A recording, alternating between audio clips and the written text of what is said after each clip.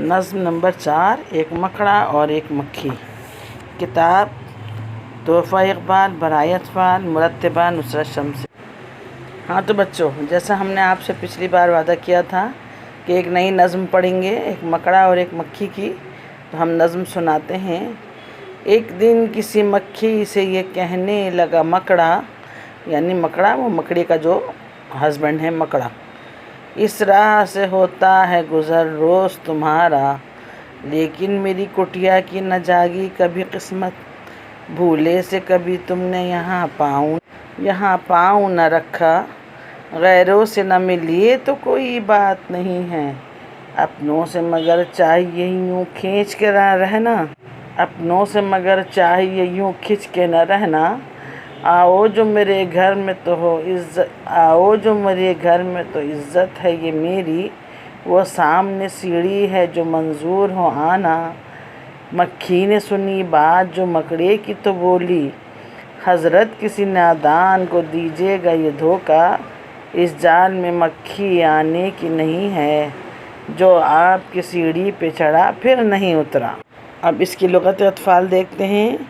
راہ مانے راستہ، نادان مانے نہ سمجھ، کٹیا یعنی گھر، جھوپڑی، کچھ بھی سمجھ لیجیے۔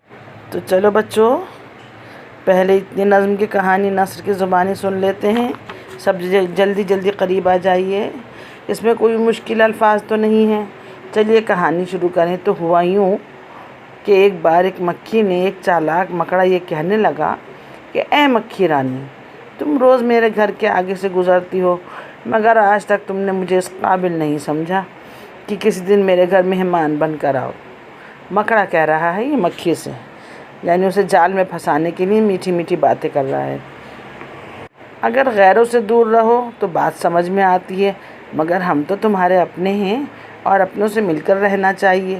اگر کبھی دل چاہے تو وہ سامنے میرے گھر کی سیڑھیاں ہیں۔ بچوں، آپ نے دیکھا ہوگا کہ مکڑی کا جالا کیسا ہوتا ہے، وہ جو تار سے لٹکتے ہوتے ہیں، وہ اس کو سیڑھیاں کہہ رہا ہے۔ اگر نہیں دیکھا تو اب ضرور دیکھ لینا۔ دراصل مکڑا کو بیوقوف بنانے کی کوشش کر رہا ہے، کہہ رہا ہے وہ اس کو اس لیے کہ اس کو کھا سکے، یعنی اس کا خون چوس سکے، تو کہہ رہا ہے وہ سامنے سیڑھیاں ہیں، اس پہ چڑھ کے کبھی آ جانا، مجھے بھی خدمت کا موقع دیجیے۔ کبھی مکھی اس کی چال کو سمجھ گئی اور بولی کہ تم نے کیا مجھے بیوقوف سمجھا ہے؟ مجھے معلوم ہے تم میرا شکار کرنا چاہتے ہو، مگر میں بیوقوف نہیں جو تمہارے گھر آؤں۔ تمہارے گھر کی سیڑھی پر جو چڑھا تو وہ دوبارہ واپس نہیں آیا۔ ہاں تو بچوں، اچھی لگی نا نظم؟ چلو اب آگے پڑھتے ہیں کہ مکھی کی بات سن کر مکڑا کیا بولا، مگر پہلے نظم پڑھ لیں۔ مکڑے نے کہا واہ فریبی مجھے سمجھیں، تم سا کوئی نادان زمانے میں نہ ہوگا، منظور تمہاری مجھے خاطر تھی وگرنہ کچھ فائدہ اپنا تو میرا اس میں نہیں تھا، اڑتی ہوئی آئی ہو خدا جانے کہاں سے، ٹھہرو جو میرے گھر میں تو ہے اس میں برا کیا، اس گھر میں کئی تم کو دکھانے کی ہیں چیزیں، باہر سے نظر آتی ہیں چھوٹی سی یہ کٹیا، لٹکے ہوئے دروازوں پہ باریک ہیں پردے، دیواروں کو آئینوں سے ہے میں نے سجایا، مہمان کے آرام کو حاضر ہیں بچھونے، ہر شخص کو سامان یہ میسر نہیں آتا۔ مکھی نے کہا خیر یہ سب ٹھیک ہے، لیکن میں آپ کے گھر آؤں یہ امید نہ رکھنا، ان نرم بچھونوں سے خدا مجھ کو بچائے، سو جائے کوئی ان پہ تو پھر اٹھ نہیں پائے۔ دیکھا بچوں، مکڑے نے آگے کیسے اسے جال میں پھنسانے کی کوشش کی، لیکن مکھی سمجھدار تھی اور وہ نکل گئی۔ اب اس والے پارٹ میں جو الفاظ معنی ہیں اس میں دیکھیے فریبی ہے، دھوکے باز، نادان، ناسمجھ، بچھونا بستر کو کہتے ہیں، آئینہ شیشے کو کہتے ہیں، میسر کہتے ہیں حاصل، جو چیز ہمارے پاس ہو۔